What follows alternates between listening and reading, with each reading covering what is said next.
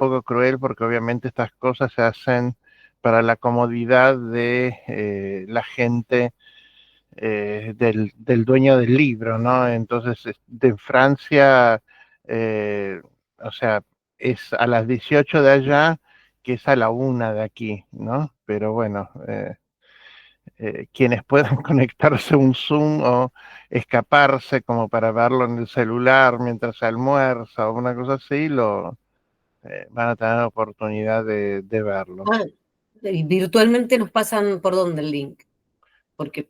Ahora Julia estaba armando Ah, como perfecto. un flyer con la presentación y todo eso como para el que esté Bien, interesado se pues suma, es libre, ¿no? Y al menos por esta cuestión de ver corporizados a la bibliografía, ¿no? Ahí les puse, es una cosa muy casera, pero bueno, tienen la imagen y arriba el link para unirse. Tendría que funcionar bien, ahora lo pruebo, pero tendría que ser ahí tendrían que poder abrir un PDF en el que se puede acceder al link. Así que bueno, porque esta cuestión de que uno nunca, yo me acuerdo que las primeras veces que empecé a ir a congresos afuera, para mí una de las cosas que más me llamaba la atención era el efecto, yo decía, de los mármoles respirantes, ¿no? Es decir, ver a la bibliografía encarnada, ¿no? O sea, darte cuenta que este que te gustaba, viste, era así, ¿no? Como te lo imaginabas, que el otro, viste, que te caía mal, sin embargo, también te cae mal cuando lo ves, o sea, hay como un montón de cosas divertidas, y Redondo particularmente, que es como digamos, el cervantista en vida para mí más importante, tiene hasta una fisonomía como parece un Quijote, ¿no? O sea, el físico de, si uno se imagina cómo se imagina Don Quijote, estaría muy próximo a él, ¿no? Perfecto, flaco, una mirada así como penetrante, es muy interesante. Así que bueno. Bueno, esta vez calculo que no va a ser tan extenso y además no tenemos la espada de Damocles de que tendrían que poner ustedes bibliografía porque nos colgamos nosotros y en realidad nos dimos cuenta allá y dijimos no, de un día para otro lo dejamos la bibliografía puesta para que sepan que habríamos dado, que les habríamos aconsejado leer, pero bueno, para evitar que nos vuelva a suceder ya dejamos, creo que listo toda la bibliografía para hasta el final del curso, porque en realidad muchas veces cuando termina la sesión, el mismo miércoles no hacemos nada porque quedamos así como movilizados, comentamos cosas, este me gustó mucho, y después el jueves es como que te parece que decís, lo hice, ayer estuvimos, viste, como que se lo del y después el viernes te olvidás, el fin de semana haces otras cosas, entonces bueno, por eso para las próximas lo van a tener todo, ¿no? Pero bueno, yo al menos estuve anotando bastantes cosas. No sé si va a resultar muy orgánico la devolución porque una de las cosas que me llamó la atención es cómo todos, para bien o para mal, focalizaron mucho en cuestiones diegéticas, es decir, cómo se va construyendo la trama, cómo se va armando el relato, y no entraron tanto en profundidad en más cuestiones de contenido, o sea, se mencionaron, pero no tanto. Entonces, muchos de sus comentarios, que en general son muy interesantes, pero estaban orientados a cuestiones más conceptuales, ¿no? Sin anclaje en acciones o cuestiones así concretas, ¿no? Está bien visto esto de que marcó Victoria, de marcar cómo esta, que creo que es el inicio de la cuarta parte, ¿no? De la primera parte, veo que están divididas en 4 partes, comienza con un incipit metaliterario donde el narrador pondera no solo la cuestión de la veracidad de los hechos, sino cómo se fusionan las historias intercaladas con la trama de base y recupera esta, digamos, cree necesario dirigir nuestra atención lectora a estos puntos. Que esto es un punto importante porque efectivamente vamos a ir viendo cómo capítulo tras capítulo ciertos comentarios metaliterarios se van a empezar a desgranar, ¿no? Como si después de ese comienzo de un primer narrador que se pierde y la emergencia de este segundo autor eh, que transmite la crónica de Cide Hamete, se va a empezar a compartir un relato de Don Quijote, una factura de la historia de Don Quijote mucho más autoconsciente, ¿no? Y está bien visto esto de que todos los personajes, al menos en esta secuencia, buscan vender su verdad a otros, ¿no? Es decir, que es importante remarcarlo porque eh, supone tácitamente una problematización de la ilusión abstracta de que la verdad puede ser algo objetivo, ¿no? La verdad también hay constructos colectivos, sociales, de a qué le vamos a conceder estatuto de verdad, ¿no? Y un punto que yo lo parafraseé con mis propias palabras, que es como una idea obsesiva que tengo, ¿no? Que es cómo se va a gestar las condiciones de posibilidad de un retorno de Don Quijote, ¿no? Porque si uno fuese familiar y lo viese y dices, bueno, y encima ahora le agarró la locura de hacer una penitencia, está desatado, ha quedado como en pelota en la sierra haciendo carnestolendas y zapatetas, no comprende nada, está creído de que efectivamente está viviendo un paso caballeresco inexcusable, que sería la penitencia del caballero por cuestiones de desavenencias amorosas, ¿no? Que además está toda la problemática de que es una desaveniencia como de segundo grado, porque dice, Don Quijote había dicho esto de, bueno, estos lo hicieron porque tenía causa, pero el tino está en desatinar sin causa, es decir, jugar a la locura en el vacío, ¿no?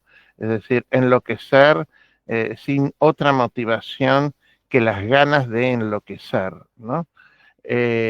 Como un modo de demostrar todo lo que puedo hacer, si en frío hago esto, ¿qué haría en caliente, no? Entonces, efectivamente, es el momento donde uno podría pensar, si fuese algún deudo próximo a Don Quijote, es el peor momento para dejarlo solo, ¿no? Entonces, una de las cosas que se viene instalando es, bueno, ha llegado hasta lo más lejos, ha llegado hasta lo más alto, porque está en una especie de cumbre también, ¿no? Que permite reconocer la geografía, es decir, ¿cómo vamos a volverlo, no? Entonces, nosotros siempre decimos que la cura que se va a idear es un tratamiento homeopático, ¿no? En vez de un tratamiento alopático, que sería, bueno, unos cuantos bifes, unas cachetadas, los llevamos a la fuerza, dejate de joder que te crees que sos un caballero, no. La cura homeopática, que es con el principio de similia similibus, ¿no? Es efectivamente con más ficción, con más relato caballeresco, con algo que efectivamente se vuelva inexcusable para Don Quijote, porque este es un punto que importa destacar, es decir, ¿por qué Don Quijote acepta esto? ¿No? Porque toda la ficción de Micomicona en realidad no es simplemente cualquier ficción, ¿no? Porque ella podría decir soy una princesa, ¿ve? Pero es básicamente el motivo de la princesa, la dama menesterosa, ¿no? que le devuelve, le recupera al proyecto vital de Don Quijote el objetivo central, que es la dinámica de servicio, ¿no? El servicio a mujeres, minusválidos, menores, ¿no?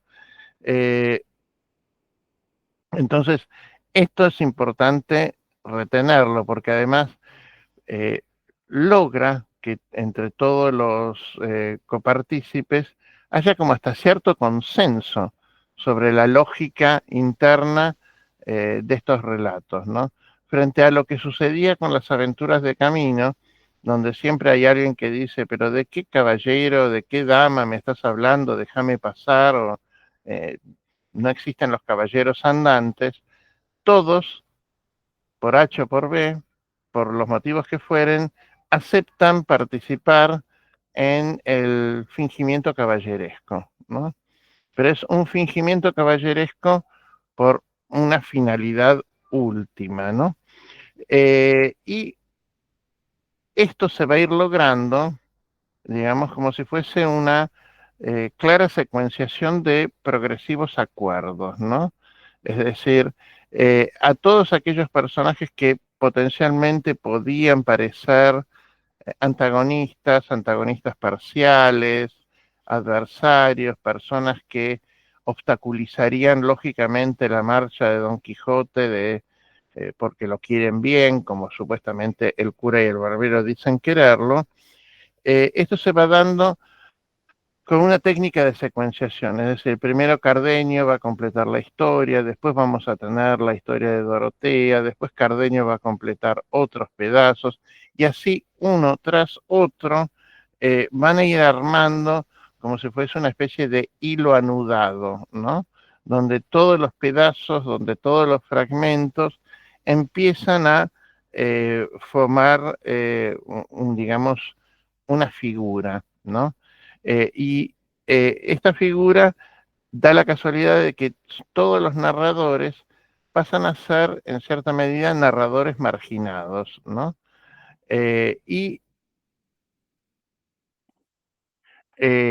está muy bien visto y muy bien señalado toda esta dicotomía entre el vestuario y la desnudez, ¿no? Porque esta es una secuencia donde los otros, no ya Don Quijote, que se tunea como caballero cuando sale a la aventura, todos los otros también, se empieza a decir el texto, son dichos por sus vestiduras, ¿no? Es decir, la vestimenta es una de las codificaciones semióticas de segundo grado, como decía Lotman, ¿no? Que mejor define identidades, ¿no? Y también es lo que propende al afianzamiento de esa identidad, ¿no? Yo esto no lo sé, me lo ha contado Julia, porque yo no tengo hijos, ¿no? Pero por eso mismo, todos los adolescentes y las adolescentes tienen así como un paso, ¿no? Necesario, que es la psicosis o la neurosis por cómo se visten, ¿no? En el momento donde ya todo lo que mamá y papá les compra les parece un asco y que necesitan ellos elegirse su ropa, necesitan pertenecer, necesitan identificarse con determinado tipo de ropas, porque, como decía Bartes, la moda o las elecciones de la indumentaria propenden a afianzar la identidad, ¿no es cierto? No es simplemente una cuestión estética como los adultos quizás creen, ¿no? ¿Cómo le puede gustar andar todo el día con blusones así, sin forma, o cómo, por qué quiere usar zapatillas todo el tiempo y no zapatos? Bueno, eso es efectivamente lo que todos los personajes van a empezar a mostrar. Y también se va a ver cómo en algunos casos se reconoce que algún tipo de indumentaria, algún tipo de vestimenta pasaría a ser un disfraz, ¿no? No son simplemente ropajes, sino que es estar disfrazado, ¿no? Como que excedería en algún punto lo que podría ser lo aleatorio del capricho personal de cómo quieren estar vestidos, ¿no? Y acá es interesante porque el texto va a trabajar no solo esta tensión entre vestuario y desnudez, sino también esta idea de vestimentas inadecuadas para el género respectivo, ¿no? En primer lugar, tenemos esa escena, digamos, de los viejos voyeurs, ¿no? Donde el cura y el barbero están como excitados, espiando a Dorotea, y aparte es una escena, bueno, silenciosa, donde lo único que se oye es como el rumor del agua, donde están subyugados por algo que ellos mismos no terminan de comprender, ¿no? Porque es como que están prendados de la belleza, el atractivo que sería ese aparente muchacho, ¿no?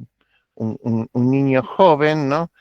Que después, solo después, en el momento en que lleva sus manos como dos cristales de blanca nieve a sus cabellos, larga una cabellera y ahí se descubre, se rompe el suspense de que efectivamente, como era lógico, estaban obsesionados, fetichizando un cuerpo femenino, ¿no?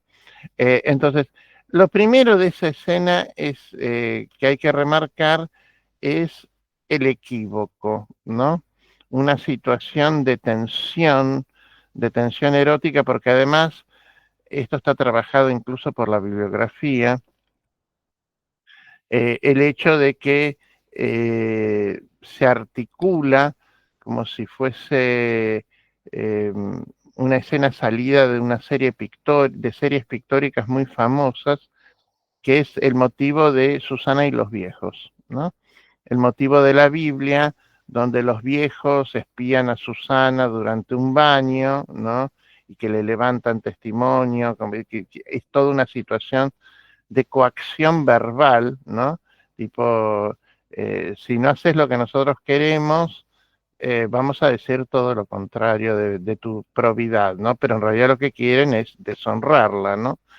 Eh, y esto es interesante porque es un modo de presentación del personaje de Dorotea que habla, por un lado, de la fragilidad del estatuto de quien es quizás excesivamente bella, de que ante la situación de tensión de un hombre y una mujer, la palabra del varón siempre va a ser la creída, ¿no?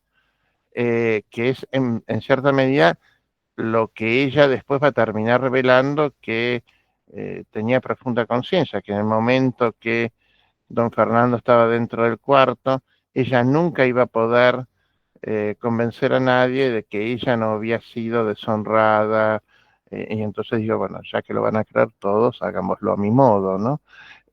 Disfrutemos al menos lo que me toca, lo que pueda agarrar de todo esto, ¿no? Y esta situación que podríamos decir de travestismo, ¿no? De mujer a varón, en la serie imaginaria de la época es profusamente trabajada porque es el motivo de la mujer vestida de hombre, ¿no? El motivo de la mujer vestida de hombre siempre se presenta, tanto en teatro como en la prosa, sobre todo en la prosa, como un recurso ficcional plenamente válido, pero que además se justifica por el hecho o el supuesto de que se trataría de femineidades desvalidas, es decir, que han perdido la virginidad, la honra, y que los verdaderos tutores, responsables, encargados, ¿no?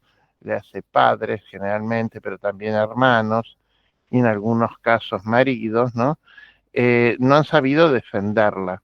Entonces la mujer sale al mundo sola, que es el espacio de los hombres por excelencia, en la medida en que puede esconder su diferencia genérica impostando que es un varón. Sí, Augusto.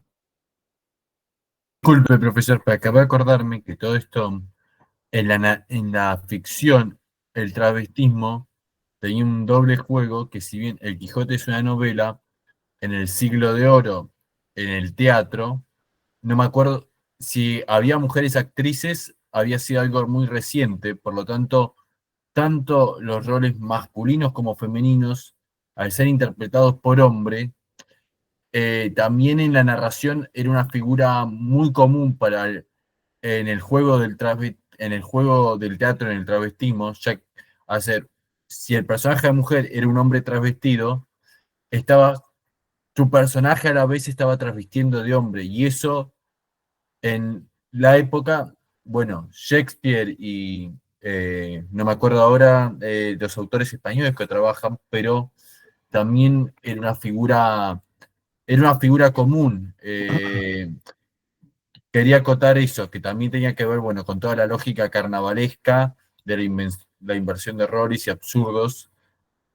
Lo traigo a colisión tarde, pero creo que Cervantes, cuando escribía la novela, si bien no estaba haciendo teatro, era una figura que en la narrativa y en la comedia eh, estaba muy presente, ese doble transvestismo, que no era solo el transvestismo de una mujer en varón, sino que era en realidad, sino de el hombre interpretando una mujer que interpreta a un varón. No, pero una cosa, Augusto, en el teatro español sí que actuaban las mujeres, no es lo mismo que en el teatro inglés. Entonces, los personajes femeninos los hacían las mujeres. Y precisamente un cierto interés o cierto morbo que había para o para un punto más que sumaba el incorporar mujeres travestidas en el teatro, personajes de mujeres travestidas, era que se le veían las piernas. La mujer vestida de varón, a diferencia de las faldas largas que llevaban las mujeres, iban con calzas, con formas,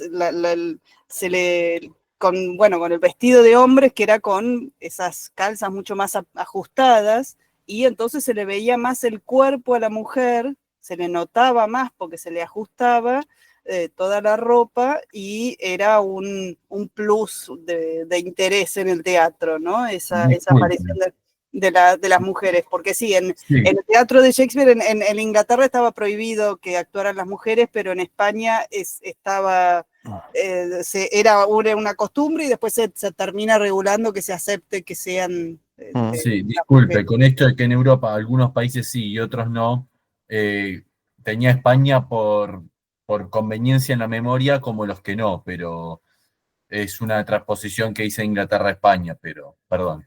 No, igual también hay que recordar además que los que representaban no es como sucede hoy día, además, que decir, bueno, se juntaron 5 amigos, amigas y hacen una obra para Mar del Plata, ¿no? En esa época, en general suelen ser compañías familiares muchas veces, ¿no? Y también entonces está ahí, bueno, la madre que pasa a ser como co-cabeza de compañía junto con el actor principal, la que va a hacer determinado tipo de papeles, y que la diferencia española de las mujeres representando es precisamente uno de los grandes problemas sobre la controversia ética en la época sobre la licitud del teatro. O sea, el teatro no fue una forma artística siempre aceptada, siempre tolerada y siempre sustraída de las controversias, ¿no?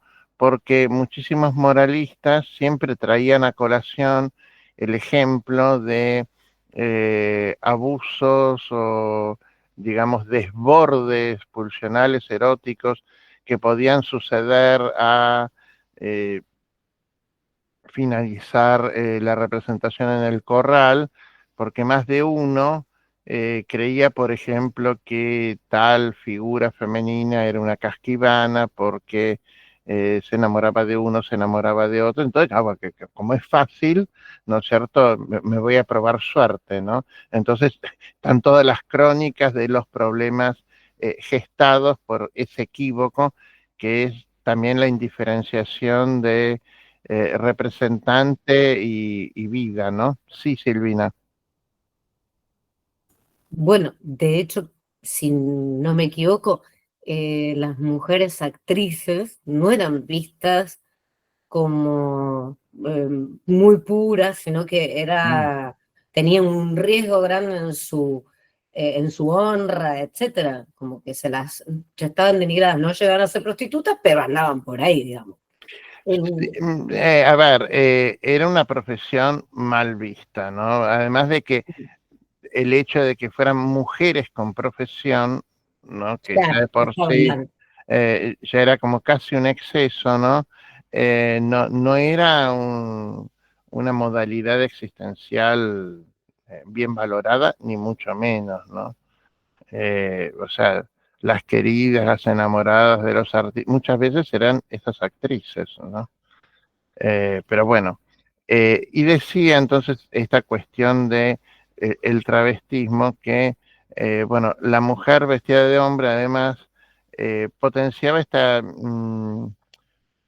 un tipo de trama que era potencialmente mucho más rica, ¿no?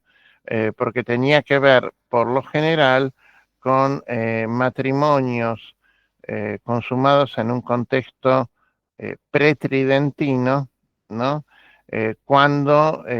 Mejor dicho, no en un contexto pretridentino, el contexto es ya decididamente tridentino, pero los valores de regulación de esos matrimonios serían pretridentinos. ¿A qué nos referimos con esto? Es que hasta Trento los matrimonios eran esponsales de palabras. Los verdaderos contrayentes son el enamorado y la enamorada. Entonces, lo que sucedía siempre era que el galán o el hombre decía, sí, sí, sí, nos vamos a casar, yo estoy remetido con vos, bueno, vamos a disfrutar, acostémonos, y una vez que desvirgaban a la mujer o la coaccionaban a la fuerza a tener relaciones, se olvidaban. Y por más que habían hecho esta promesa, que era una promesa íntima. Entonces lo que Trento dice es de ahora en más, para que los matrimonios tengan valor, van a tener que hacerse in facie ecclesia, es decir, se van a tener que hacer en la iglesia, ¿no?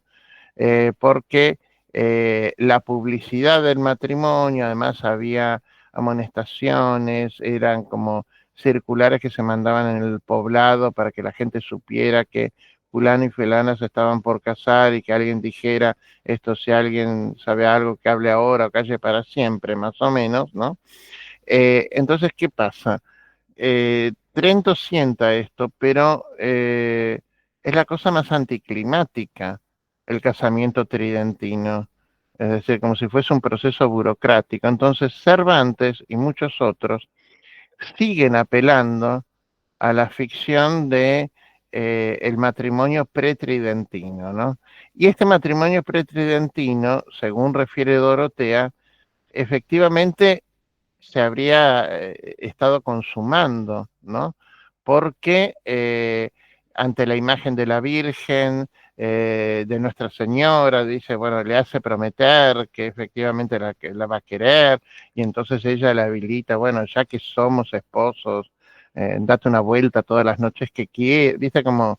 ella allana el camino, entre otras cosas, porque logra que él se comprometa delante de digamos, eh, delante de la cruz, de las imágenes rituales que legitiman ese enlace. Lo que sucede que en la cultura de ese momento, ese enlace ha dejado de valer. Pero a la ficción no le importa esto porque lo que habilita este tipo de casos en la ficción son peripecias mucho más ricas, ¿no? Es decir, mujeres que pueden expresar desde su posición femenina las razones de su búsqueda, de por qué les creen, por qué no les creen, qué pasa, el confronte interpersonal, ¿no es cierto?, entre la seducida y el engañador, bueno, entonces esto vuelve atractiva la trama, ¿no? Este es el primer caso de travestismo, que además son casos de travestismo que desde la lógica social de ese entonces no están exentos de riesgo, ¿no? Por eso ella va a contar que tuvo que despeñar al criado, porque el criado, así como la vio vestida en ropajes de hombre y en una posición, digamos, de debilidad, que sería esto de andar por el mundo buscando al hombre que la desfloró, efectivamente la vuelve asediable, acechable perfectamente por cualquier hombre. Es decir, y es lo que hace el criado, ¿no? Dice, bueno, si ya don Fernando lo hizo, ¿por qué no voy a probar suerte yo, no? Es decir, eh, saber que se ha dejado de ser doncella es algo que posicionaba a la mujer de entonces en un estatuto de potencial deshonra, y que en este caso la trama no va a decir que esto es algo en proceso de ser reparado por los varones de la familia de Dorotea, ¿no? Porque Dorotea encapsula todo cuanto ocurre en su familia, ¿no? Es decir, ella se ha ido para no cargarlos, oprimirlos con la vergüenza, ¿no? Entonces es ella la que va a ser la gestora de su reparación. El otro caso de travestismo es cuando el cura y el barbero en la venta deciden que se van a travestir, idean la farsa de la princesa Micomicona, ¿no? Entonces ahí primero el cura se trasviste, eh, pero después de travestirse se siente incómodo, ¿no? Es como que siente como que algo no está del todo bien, entonces dice, bueno, no, no, que si la salud de Don Quijote depende de que yo ande montada por la Mancha vestida de princesa, que se muera Don Quijote, ¿no? Es decir, la escala de valores del cura es muy pragmática y es perfectamente comprensible que así se haga, ¿no? Es decir, ¿quién debe hacer de princesa? Además, no cualquier princesa, una princesa menesterosa, ¿no? Entonces, hay en toda la secuencia, vamos a ver cómo continuamente qué se hace o qué se logra con las vestiduras, es un punto central de la trama, ¿no? Porque las vestiduras mandan todo el tiempo mensajes. Es decir, al otro lo leemos siempre por las apariencias, por cómo está vestido, ¿no? Y acá yo recuerdo que Victoria hizo una pregunta que a mí me resultó muy atractiva, era de ¿por qué se cree en las ficciones, ¿no? Y cómo se sustenta el pacto de consumo ficcional, ¿no? Entonces, una de las cosas que es particularmente atractivo de todas estas secuencias de Sierra Morena es cómo eh, parecerían existir para cada cual, digamos, lógicas no necesariamente coincidentes, que pueden ser diversas de por qué creo en la ficción, por qué me sirve la ficción, ¿no? Eh, y la pregunta del millón es, ¿por qué se cree en las ficciones, ¿no? ¿Qué tipo de creencia es la de creer en las ficciones, ¿no? Porque es como cuando decimos, creo que ahora eh, es verano cuando es invierno, o es, ¿qué tipo de creencia? ¿Es el mismo tipo de creencia? ¿Es algo verificable como verdadero o falso? ¿O es otro tipo de creencia que supone la suspensión de ciertos parámetros, de ciertos protocolos de desambiguación, ¿no? Entonces es, eh, y todo lo que marcaba Victoria de cómo muchos personajes eligen no desconfiar de las ficciones, ¿no? Es decir, porque parecería que anejo a el consumo ficcional está aceptar que a la ficción hay que creerla, porque si no, no la puedo consumir. ¿No es cierto? Si empieza un relato diciendo, y fulanita de tal había parido 9 hijos, Bueno, si vamos a empezar a dudar cómo fulanita de tal pudo tener 9 hijos y que no, y que esto y que aquello, no hay modo de consumir esa ficción. Es decir, a la ficción hay que creerle, ¿no? Y mucho de lo que van demostrando estos personajes es cómo se va armando una traza, una trama que a todos les resulte sencillo creer, ¿no?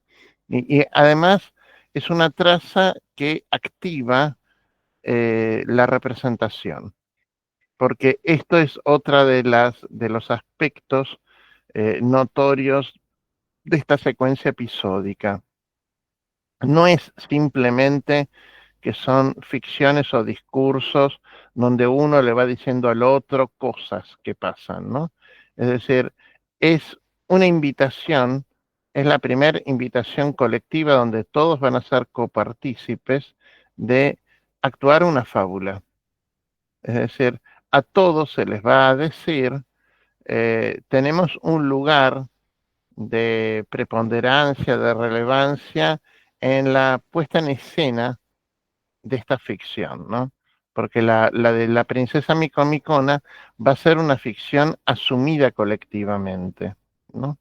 Es decir, no es simplemente recordar eh, hechos fácticos que vamos a consensuar entre todos que fueron así, sino también actuar en consonancia, ¿no? Es decir, princesas que deben comportarse como princesas y entonces se vuelve necesario, por ejemplo, que debe salir a pie o debe salir montada sobre una cabalgadura. ¿Cómo se traslada una princesa? Bueno, hay un montón de cosas que tienen que ver con la representación, ¿no?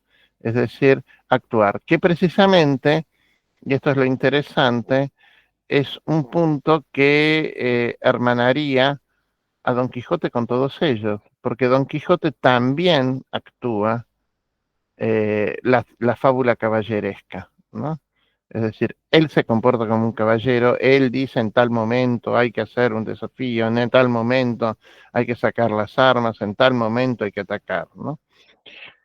Eh, y está bien, ella también marcó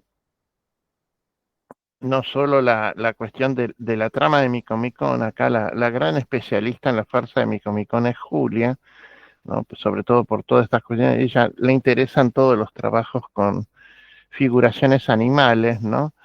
Y bueno, la doble 20 Mico, la dos veces Mico, es uno de los trabajos que tendríamos que haberles dado para esta ocasión. Eh, Además de esto, está en esta gesta de retorno la aparición de Andrés. Y la aparición de Andrés es muy interesante porque es como la primera escena en que Don Quijote es confrontado brutalmente a la realidad.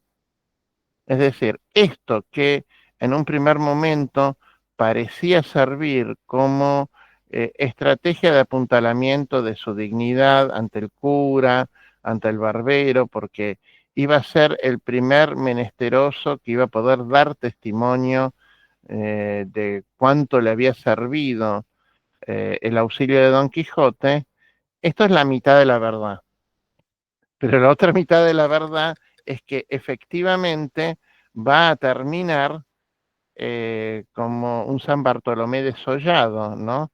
Que cree que ha perdido sus aptitudes viriles de tanto que lo ha castigado su amo, ¿no? Porque le ha molestado terriblemente la intervención de Don Quijote, ¿no? Entonces, esto termina con una inversión brutal que es la secuencia en que le termina prácticamente exigiendo que no se meta más, porque cada vez que él cree que arregla algo del mundo, lo desarregla, ¿no? Entonces, en esta vuelta, en esta vía de regreso, donde hay que justificar cómo el cura y el barbero están en ese lugar, por qué están sin montura, y ahí la ficción de los galeotes que los habrían asaltado, que es como una cosa perversa de hacerlo sentir peor a Don Quijote, ¿no? Esta aparición de Andrés, y lógicamente la evaluación de la embajada, ¿no? La evaluación de la embajada es otro momento en este proceso de retorno hacia la marcha hacia la aldea, porque la ficción es que para llegar a poder embarcarse y llegar al reino Micomicón y asistir a Dorotea, a Micomicona, va a ser casualmente necesario pasar por la aldea, ¿no? Entonces, este repliegue sobre los propios pasos está todo el tiempo sustentado por esta finalidad filantrópica, ¿no? Donde todos, a falta de problemas personales, deciden acá lo más urgente es solucionar el problema de Don Quijote, ¿no? Una fue burlada, al otro se le casó la esposa, pero todos deciden que el verdadero problema es de Don Quijote, que crees que es un caballero andante, ¿no? Y todos se suman a esta acción colectiva, ¿no? Por eso lo que marcó John Ander de la construcción colaborativa, ¿no?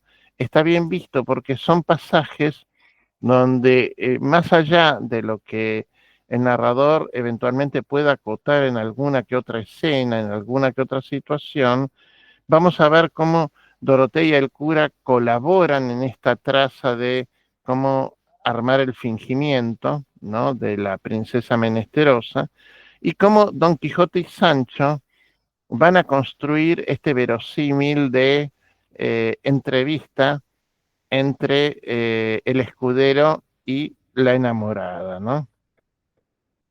Y en esto también está bien visto toda esta acumulación de tensiones, ¿no? Que se dan en esa narración, porque es como que en más de un caso eh, Sancho querría poder terminar, porque Sancho detesta ser interrogado, o sea, siente como que le están contando las costillas, ¿no? Tipo, me tenés que decir, tenés que compartir conmigo, tenés que revelarme, que es en definitiva la finalidad última de la embajada, que él vaya y vuelva, ¿no? Este movimiento de ir y volver es lo mismo que en la trama está ocurriendo. Don Quijote fue y ahora está volviendo, ¿no?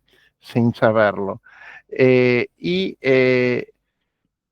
A mayor precisión que Don Quijote pide, es interesante ver esa secuenciación en la que todas las elecciones o las respuestas supuestamente sinceras que Sancho imagina que debería darles, son sucesivamente corregidas una y otra vez por el caballero porque o no le parecen del todo decoroso lo que está refiriendo, o el relato se aparta un poco de la dignidad que debería tener, o de la ocupación que una tal princesa debería estar asumiendo, ¿no? Eh, y acá él había también marcado, señalado, esta cuestión de que cómo cierto tipo de lecturas también van formando potenciales narradores, ¿no? Es decir, no solo por el hecho de que Dorotea, con todas las lecturas que tiene un background, un capital necesario para inventar, para ser espontánea, ¿no? En la ficción, pero que también a su modo las lecturas de Don Quijote, conforme son compartidas una y otra vez con Sancho, hacen que Sancho también se imagine cómo debería estar respondiendo, aunque no siempre la invoque, ¿no? Y toda esta problemática que habíamos empezado planteando sobre cómo los personajes con sus relatos buscan vender, buscan convencer, la idea de la dimensión performativa de las propias hablas, ¿no? Va a terminar quedando anudada en la venta cuando se haga esa escena de sobremesa, donde se analice lo que podría ser una suerte de teoría de recepción de las novelas caballerescas, porque esta es otra marca típicamente cervantina, ¿no? A medida que se empieza a potenciar escenas de relatos, escenas donde uno le cuenta a otros, a un otro o a varios otros aspectos de su vida. Una marca que le interesa potenciar a Cervantes es señalar todo cuanto sea anejo al proceso de recepción de esas verdades, ¿no? Es decir, si le creyeron, si no, cómo lo oyó, qué le pareció, comentarios entre el mismo público sobre lo que se está diciendo, ¿no? Porque es un modo también de hacer teoría por vía práctica. No es una teorización en abstracto, sino que a través de situaciones, de escenas concretas, se va apuntalando esto de cómo funciona la recepción, ¿no? Cómo es leer, cómo es, en este caso también, escuchar, compartir el relato del otro, ¿no? Silvina había marcado, bueno, esta dimensión que está bien visto de la gestación coral de los relatos, ¿no? Y esta tensión entre verdades desnudas y obtención de ropajes, ¿no? Es decir, eh, esto también lo habíamos compartido un poco antes de la pausa, este detalle de que lo que caracteriza a muchos de los que están en Sierra Morena es que exhiben su intimidad. Entonces, estas verdades desnudas tienen que ser vestidas, ¿no? Entonces, todos, en gran medida, van a salir de ahí creyendo que está a resguardo la propia intimidad, la propia debilidad, la propia falla, ¿no? Y eh, este señalamiento de cómo el guión y los disfraces producen también gestos, actitudes de los personajes, ¿no? Que no es simplemente una traza, ¿no? El argumento va de también potenciando todo lo otro, ¿no? Eh, y me pareció muy bien visto esto eh, de cómo la locura de Don Quijote parece que activa la disposición contextual a seguirle el juego, ¿no?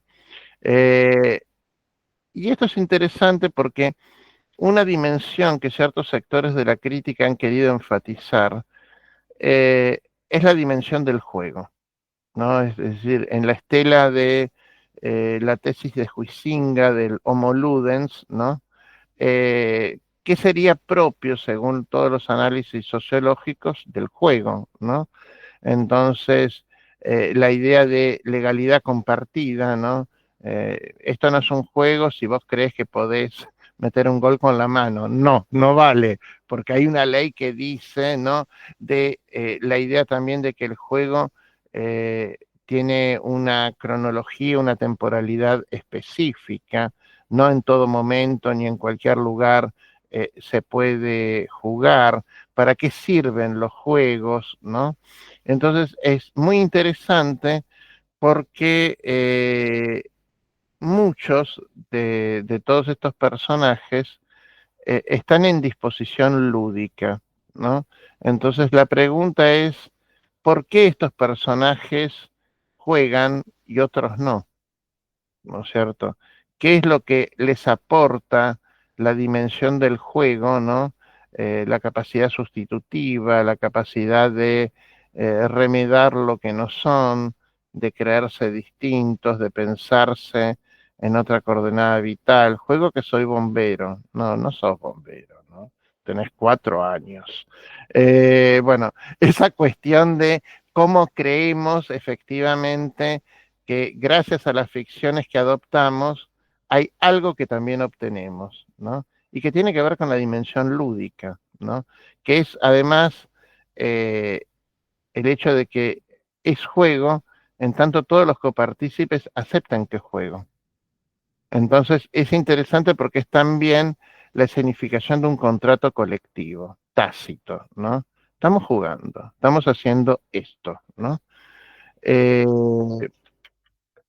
entre los comentarios que hicieron el resto de las compañeras, bueno, está, está muy bien apuntalado por María Eugenia esto de cómo evaluar los índices de desenvoltura de Dorotea en sus historias, ¿no? Porque Dorotea quizás es la que más se faceta, ¿no? Y esto tiene que ver mucho con, hay un artículo que le dejamos que es de Alcalá Galán, que es lo que tendrían que haber leído para hoy, que no pudieron leer por culpa nuestra, sobre cuáles eran realmente, en el contexto social y cultural de entonces, la suerte o el destino de las mujeres burladas. Es decir, qué estrategias tenían de ser Dorotea una pobrísima víctima del abuso deshonesto de don Fernando, qué estrategias de reparación tendrían, ¿no? Y efectivamente, la legislación prácticamente no tenía ningún tipo de protección o de tutela, ¿no? Porque ni siquiera es que obligaban al desflorador, al seductor, a que desposara a la esposa, que era lo único que culturalmente repararía, porque incluso estas situaciones de abuso se daban entre quienes no podían volver a casarse porque ya estaban casados, ¿no?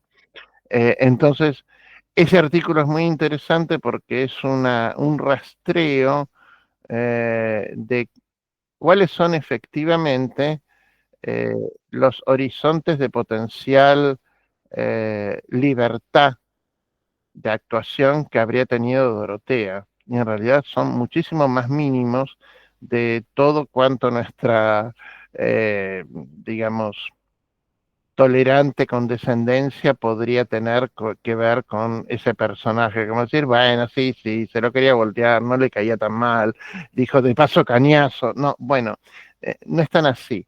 La realidad es, en el fondo, en la época era mucho más drástica y mucho más dramática, ¿no?